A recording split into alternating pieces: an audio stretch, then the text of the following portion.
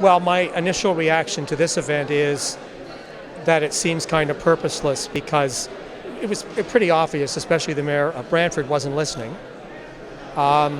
So the phrase that I heard being used a lot was, "This is a done deal."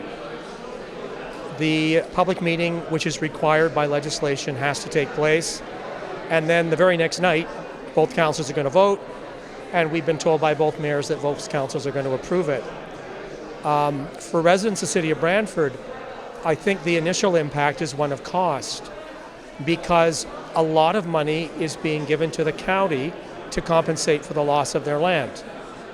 So we heard tonight that that's going to be initially at least $22 million, but it's going to be several years before the development starts to take place. So where does that $22 million come from? It has to come from city taxpayers. There's also an agreement now with the county to allow development in county lands, and the city is going to provide the services. Now, the county will pay for the water and the sewage, but they have been given, they're first in line for those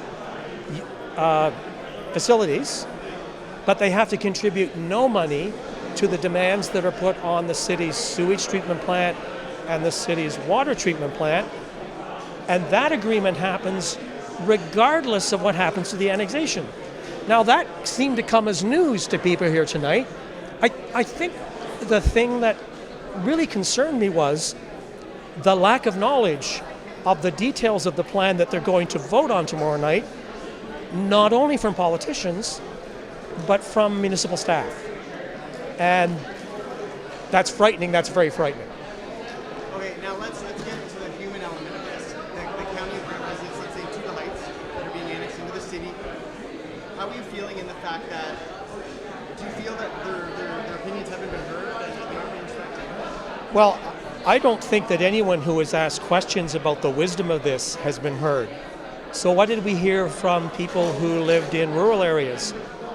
I bought my home because it was in the center of an agricultural area. And I was assured that I had agricultural zoning around me.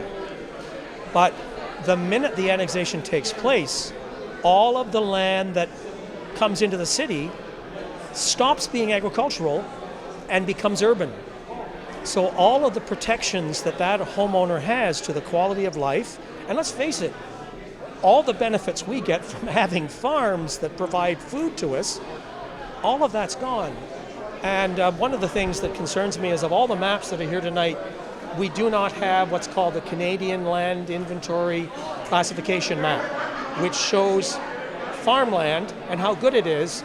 And in the north end of the city, where most of the land is coming from, I've heard over and over again that that's some of the best agricultural land in Canada. And what's it going to become? It's going to become subdivisions, strip malls, and that's bad for all of us.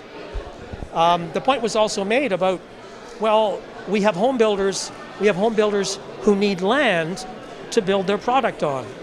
Well, we only have to look to West Brant, where tens of thousands of acres were added to the city, and what happened? Did it go to local home builders? No, it didn't. It went to huge urban sprawl subdivision developers, and there's precious few home builders had an opportunity to get building lots to build homes there. I don't see who benefits from this. The county loses tax revenue. The city taxpayers are going to have to pay for this. That means our taxes go up, and we all lose farmland. So who wins?